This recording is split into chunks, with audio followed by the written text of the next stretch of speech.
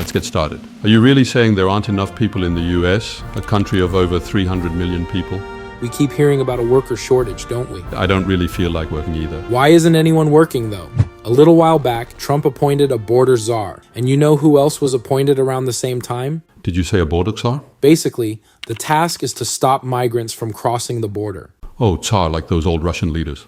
Exactly. Stephen Miller, known for his tough stance on immigration, was also named the Deputy Chief of Staff at the White House. They're already talking about deporting 1 million undocumented immigrants right from the start of their administration. Plus, with Republicans in control of the presidency, the Senate, and the House, the so-called red sweep, strict immigration policies seem very likely. You might wonder, why does any of this matter to us? Well, it's important because of the impact it has on the workforce.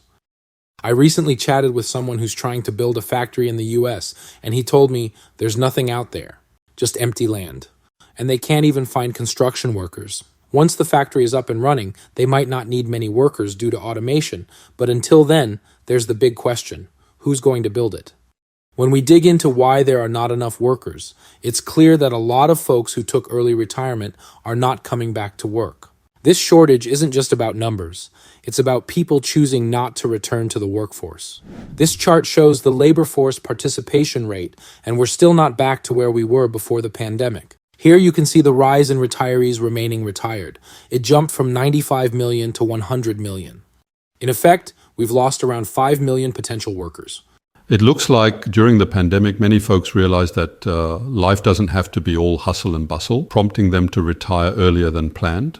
So, with those numbers climbing to 100 million, about 5 million people thought, I've got some savings, why not retire and enjoy life?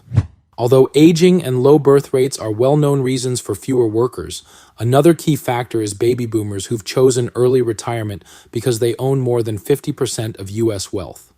With that wealth, they ask themselves, do I need to keep working? That's the first reason. The second is it's the investments that are working, not the people.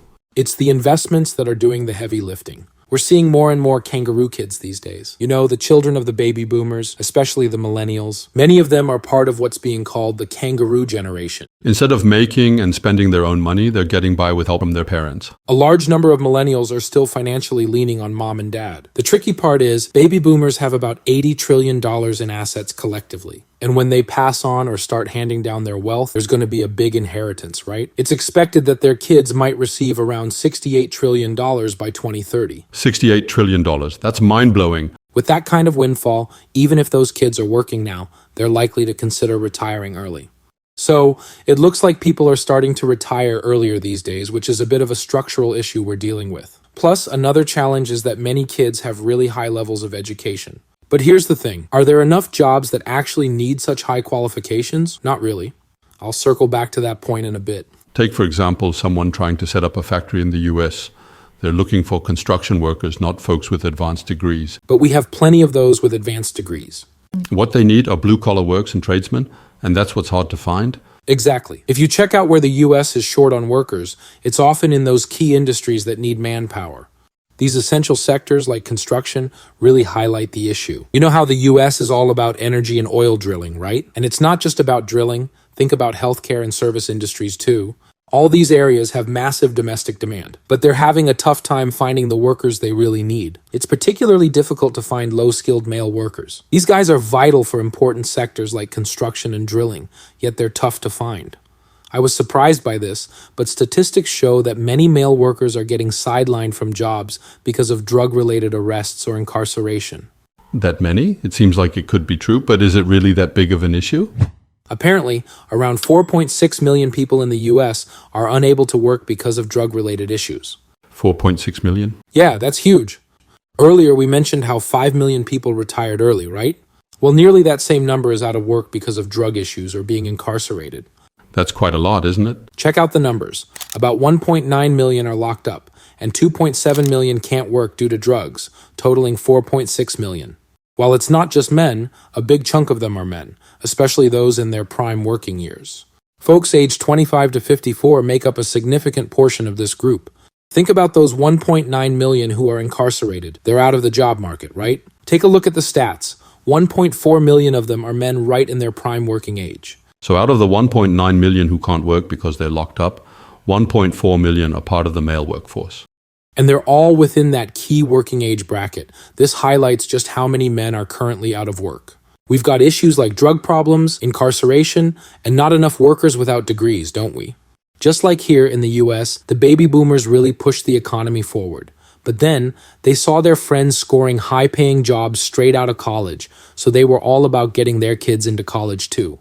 Because of this mindset, a recent survey from 2022 showed that about 2/3 of high school seniors plan to head to college or earn a degree from a community college. That's a pretty high number. Remember back in the day when President Obama praised South Korea? Not for the quality of education, but for the whopping college enrollment rates. Back then, over 70% of South Korean students went to college while the US was just in the low 40s. Obama even said, we need to learn from Korea. He talked about needing more well-educated minds. Looks like we're getting there with a number like 2/3. Right? Yeah, it's definitely way higher. So what we're running into here is a serious job mismatch that I mentioned before. We've got way more people with higher education than there are jobs that actually need those degrees. Between February 2019 and August 2024, the number of college graduates increased by 4.5 million, but overall, the worker count only went up by 3.7 million. Total number of workers? Yeah, leaving about 800,000 people struggling to find jobs because they're aiming too high. With 3.7 million being the total workforce increase and 4.5 million of them having advanced degrees, it seems like there are definitely positions needing less education. Unless those with advanced degrees are okay with taking on these roles, they might find themselves without work. They're probably thinking, I went to college for this. Do I really need to take that kind of job? Another point to look at is where the high demand for jobs is. Think about those essential sectors we talked about that keep things running smoothly. Out of the top 10 industries needing workers, 9 of them don't require a college degree. Recently, there was a buzz in the US about how plumbers are making more money than folks with college degrees. Why are we always hearing about plumbers? I guess the US is really struggling to find enough of them. Exactly. The thing is, plumbers are in serious demand, and many of these positions have been filled by immigrants. Construction stands out as one of the major sectors among essential industries. And in construction, immigrants play a huge role. Nearly 1/3 of the construction jobs are taken up by immigrants. If you ever check out construction sites around here, you'll notice most workers are actually from abroad. Exactly, but when we talk about construction, it's important to really dig into the details. For projects like these, we need to understand which skilled tradespeople are essential, and plumbers definitely top the list. When you're planning to build a factory, one key thing is figuring out how all the water pipes and sewage lines will connect. So yeah, having plumbers on board is crucial. And of course, we can't forget about the carpenters. They're needed for all the woodwork involved. Plus, you'll need operators for the heavy machinery. And let's not overlook electricians. And welders, for sure, they're a big part of it too. Most of these roles are held by men, with about 98 to 97% being male workers in these industries. Ah, I see. So we're addressing the shortage of low-skilled male workers, right? It turns out that most essential construction jobs are dominated by men. That's why the shortage of workers in these areas is so noticeable. Like I mentioned before, about 1/3 of construction jobs are filled by immigrants. The percentage can vary by state. For example, in places like California and Texas, immigrants make up nearly 40% of the workforce. Then there's the question of undocumented immigrants. It's estimated that undocumented immigrants could account for roughly 10 to 19% of all construction jobs. That's like saying 1 in 5 could be undocumented. Exactly. Let's break it down simply. Let's say about 10 million people work in the construction industry. Around 3 million of these workers are immigrants, and perhaps 1 to 2 million are undocumented. It's an interesting point to consider, isn't it? Naturally, these undocumented workers often earn less. Their wages are generally about 25% lower than those of legal immigrants. Now, if deportation policies start seriously ramping up, even Korean companies planning to build factories in the US might struggle to find workers, and when they do, they might have to shell out more in wages than they planned. But remember, any anti-immigration policy needs the backing of the public, and it seems they've got it from the recent presidential election. After all, the US is a country built by immigrants. There aren't exactly many natives around. Most people are immigrants themselves. So, are they really on board with excluding fellow immigrants? It looks like the trend of immigrants supporting stricter immigration policies is becoming more noticeable. Let's start by looking at how Trump won big in those key battleground states. There are many reasons for it, but one big question is, why do some immigrants seem to oppose immigration? Well, crime concerns might be part of it.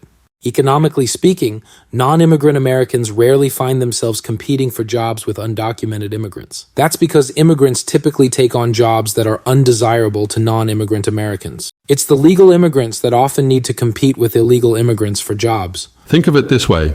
Just like how non-immigrant Americans felt that immigrants were taking their jobs, some immigrants now feel that their jobs or wages might be at risk if more immigrants arrive and increase the labor pool. Exactly. We know that undocumented workers typically earn less. Because of this, many immigrants who've been around for a while worry that their wages might dip as well. That's why Trump's campaign promise to crack down on immigration really resonated with them. So folks started thinking, hey, does this mean our salaries are going up? But that would lead to companies facing higher labor costs, right? Trump's campaign tackled this by suggesting a cut in corporate taxes to offset those costs. And didn't he also propose lowering income taxes? Corporate taxes too. Exactly. He even talked about abolishing income taxes altogether or something like that. It wouldn't be easy to actually bring taxes down. So how are they planning to plug that budget hole? They're saying they'll make up for it with tariffs. Sounds clever, right? But it doesn't quite add up. Probably won't work out. Let's break it down. If tariffs go up, product prices will likely rise, causing inflation. Then there's the topic of tax cuts. Cutting taxes means less tax revenue. To make up for budget shortages, they might issue more bonds, pushing interest rates up and fueling inflation. Also, deporting immigrants could lead to higher wages across the board, which might cause inflation too. Looking at each thing on its own, it seems they would lead to higher interest rates, not lower. But they've spun it into an interesting narrative. It does make some sense. Even as the Fed is lowering the benchmark interest rate, market interest rates are still climbing. Looks like the capital markets is factoring these points into the equation. Exactly. When you think back to Trump's first term, even though we had those trade wars, inflation didn't really become an issue. Of course, things were different back then. We were in a low interest rate, weak dollar period, whereas now we're in a strong dollar, high interest rate scenario. So, with everything changing, it'll be interesting to see if things turn out as neatly as they think, or if we end up facing real inflation. One thing's for sure, it's all pretty uncertain. True. The big question for us is whether Korean companies building factories in the US will have trouble finding workers, and even if they find them, whether the cost of labor will rise. We've been checking in with Korean companies that have recently set up or are in the process of setting up factories in the US, and so far they haven't reported these kinds of problems. But maybe there's a reason for that. Up until now, there's been a large influx of undocumented immigrants coming in. Here's a chart showing the number of undocumented immigrants from 2008 to mid-2023. It hit 12 million back in 2008. That number went down over the years, reaching a low in 2020, but now it's climbing again, sitting around 11.7 million, close to its peak. Because of this rise in undocumented immigrants, we might not have felt the labor pinch as much. If they start deporting, however, those numbers will likely decrease. And then, finding workers will probably become a bigger challenge. The Federal Reserve says they need stable employment to consider lowering interest rates, and the worker shortage in the U.S. is a long-standing issue that might not go away easily. Since Trump's set on tough deportations from the start, it's not something we can ignore. Korean companies setting up factories there might face rising labor costs. Big companies might be able to handle it, but when they build factories in the U.S., their suppliers, basically partners, will likely move there too. Those partners will have to relocate as well. But can these partners manage the higher labor costs? We really need to consider this aspect. Listening to Trump, his ideas might sound appealing, while Trump's ideas might sound attractive. When you piece them all together, they paint quite a risky outlook. It makes you question whether they can actually be pulled off. Meanwhile, Korean companies are ramping up their investments in the US and setting up factories. If you're planning to build factories, you better make sure you've got enough workers lined up. In many aspects, President Trump leaves us wanting more. It was surely a standout moment. Thank you. Thank you.